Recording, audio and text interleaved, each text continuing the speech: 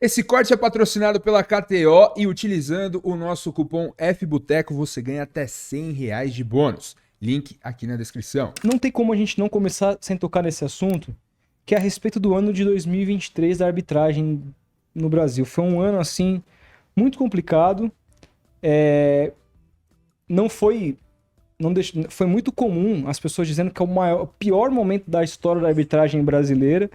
E muita gente tirando essa conclusão porque entende que a tecnologia traria um resultado maior do que todo mundo esperava. Eu não sou daqueles que dizem que o resultado não veio, eu acho que veio.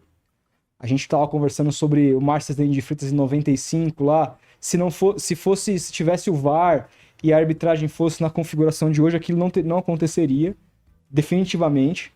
Mas 2010 também, né? A final do Paulista, né? Exatamente. Que você tava 2010 lá. 2010 também, né? A final do Paulista também. Um beijo pra você. Também. Que lance que é? Cara, teve foi Santos e Santo André, no Pacaembu. É o seguinte, eu não posso ir pra Santo André mais, não tô brincando, pelo contrário. Já encontrei Sérgio Soares várias vezes, realmente é um cara espetacular, né? Um grande técnico. E foi um grande jogo aquela final, né?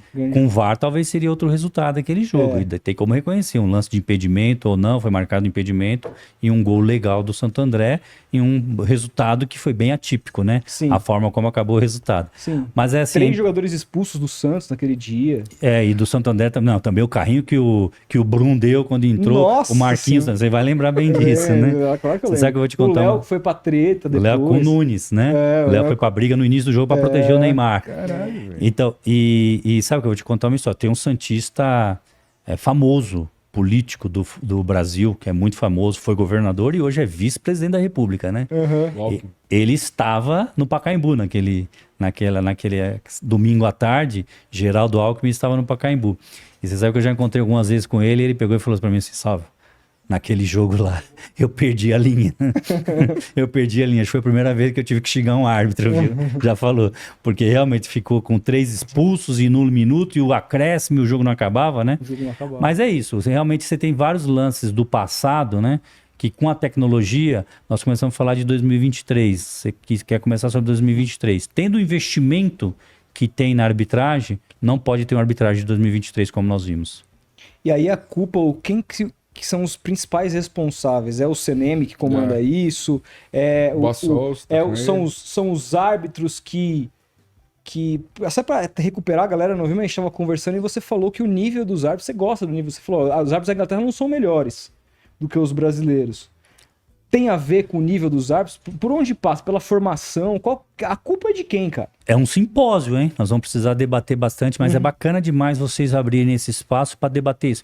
Porque você não quer o que aconteceu em 2010 e nem o que aconteceu em 95. Claro. Né? O Santos foi ajudado em um ano e foi prejudicado em outro. Ninguém quer isso. Exato. Palmeiras não quer o que aconteceu com o Atlético Paranaense. Com o Obina, mas quando aconteceu o Atlético Paranaense e Palmeiras esse ano no Campeonato Brasileiro, na cotovelada do Duende, isso é inaceitável no futebol brasileiro. Ninguém quer isso. Aquilo ali foi escandaloso, cara. Muitos. Isso aí o Textor não pôs no dossiê. Não pôs no dossiê. Mas assim, é muito importante esse debate e abrir esse espaço, porque eu sei que eu tô ao lado de 2 jovens, posso dizer assim, né? Obrigado. 2 jovens que querem o melhor do futebol. Vocês querem o melhor, vocês querem legitimar. Hoje em dia a gente não vai mais trabalhar e vocês cederem esse espaço, é exatamente esse tipo de cobrança que tem que ser feito e de forma técnica, né? E, cara, assim, eu vou ser bem objetivo. Em 2002, 2003, 20 anos, mudou radicalmente o calendário do futebol brasileiro. Então, até 2002, até 2001, os campeonatos estaduais eram mais importantes. Eram campeonatos super importantes.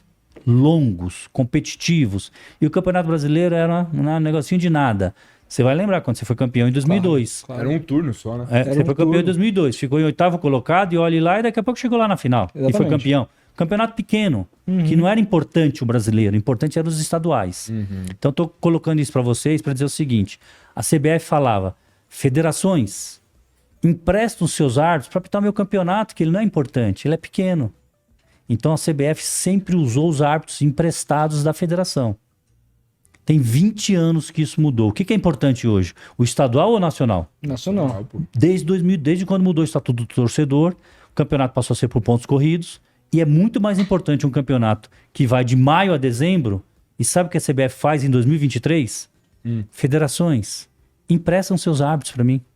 Então aqui, esse é um ponto. Você falou formação. CBF é a única confederação do mundo que eu conheço que não forma árbitro. Quem forma é a federação Quem forma é a estadual. federação Caramba. para apitar o campeonato estadual, que não tem competitividade nenhuma. O cara apita jogos estaduais que não valem nada, com respeito aos estaduais. São poucos jogos que têm exigência para o árbitro tomar uma decisão. E aí ele não se prepara e daqui a pouco ele está apitando um Palmeiras e Flamengo. Daqui a pouco ele está apitando um Grêmio e Atlético. Ele está apitando um Inter e Corinthians no Campeonato Nacional. Então você tem uma entidade que não forma árbitro. E aí você começa a ter a origem do problema. E por que ela não forma? Você vai escutar da própria CBF que tem alguns pontos que ela considera chave, né? Eu acho que é vontade, tem que ter vontade. Mas quais são os argumentos? Primeiro, ela fala que está num país continental, de extensão territorial muito grande e tem dificuldade. E aí o meu contra-argumento, a China forma, o Canadá forma, entendeu? O México forma, Já mata aí. também então, e ela usa esse argumento, né? E ela usa outro argumento também de não ter risco trabalhista, de não ter pagar, só que não estamos falando de uma entidade que fatura 1 bilhão por ano, que pode comprar avião, mas não pode correr Formar risco trabalhista Nossa. para ter árbitro de futebol. Então, assim, usando como argumentos. E aí está o principal problema, na minha opinião. Mas aí, Salve, Não, o terceiro e último. Ah, tá, por favor. O terceiro e último então é o principal problema e que em 2023 isso ficou muito claro e muito transparente o que aconteceu em 2023. Política.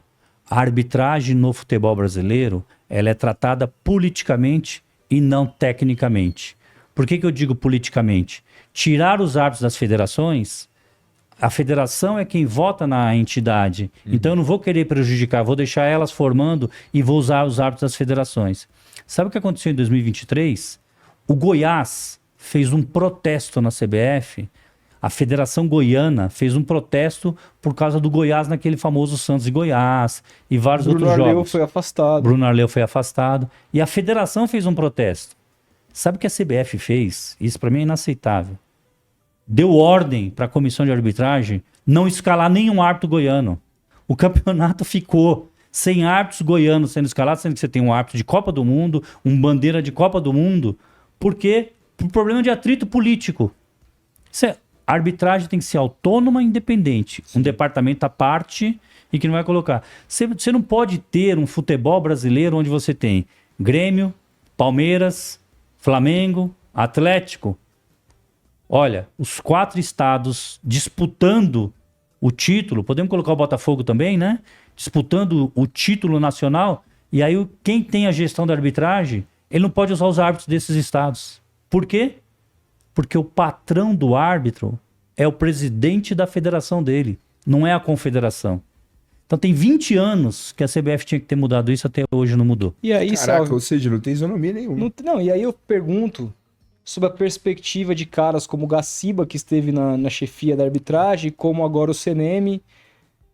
Eu imagino que eles devam saber que a coisa funciona assim, porque se você sabe que funciona, imagino que o meio saiba que é assim que as coisas funcionam. E todos estavam comigo no campo apitando e reclamavam disso e não gostavam. Exato, e aí os caras... Desculpa Não, eu fica te à interromper, Não, fica à mas é um ponto chave, né? E eu falo pra eles, como já falei pra todos eles, entendeu? Gostam mais do cargo do que da arbitragem. Caramba. Gostam do cargo, porque uma coisa é eu receber uma proposta para um cargo desse e eu falar, tá bom, então eu tenho um plano de ação. Uma ação imediata, a médio prazo e a longo prazo. Esse é o plano de ação. Você aceita o plano de ação? Eu aceito. Então eu vou ficar no cargo. Certo? Assim, isso tem que ser negociado antes do salário. Sim. Entendeu? Depois que é a remuneração. Você não aceita esse plano de ação, então você E não outra, quer melhorar a a partir arbitragem, do não momento adianta. que o seu presidente, a CBF, te deu uma ordem pra você tomar uma atitude completamente arbitrária, pô, cara, qualquer pessoa séria, com todo respeito, com uma pessoa que tem uma história, um nome a zelar, chega e fala, mano, eu não vou aceitar isso aqui. Claro. Torna isso público e fala assim, ó, recebi o convite de fulano de tal, Beltrano e Ciclano, de que eu tenho que afastar todos os árbitros goianos por conta do que aconteceu por questões políticas. Hoje a arbitragem, isso ia gerar uma comoção importantíssima, o chefe da arbitragem pedindo demissão Claro. por conta de uma ingerência no seu próprio trabalho. Porque Mas não. a discussão de arbitragem hoje é em cima do quê? Dos erros que acontecem todo ano. É. As TVs perdem 2 horas todos os dias falando, o árbitro errou aqui, o que você acha? Foi impedimento ou não foi? Ninguém debate a fundo, velho. E aí tem um outro ponto seguinte, né? Que eu fico estarrecido também, que você falou, qual é o outro ponto, né? 2023 foi um caos a arbitragem brasileira. Pra quem? Pra você, pra mim, certo? Eu ando de metrô, então as pessoas reclamam. Eu vou na padaria tomar café, as pessoas reclamam. Eu ando de ônibus, as pessoas reclamam no ônibus, entendeu? Eu vou no aeroporto, no saguão, as pessoas encontram comigo e reclamam de arbitragem. Eu vou na feira, as pessoas reclamam de arbitragem. Sabe qual é o problema que nós temos? A comissão de arbitragem acha que tá tudo bem. Pra elas tá tudo bem, não tem problema.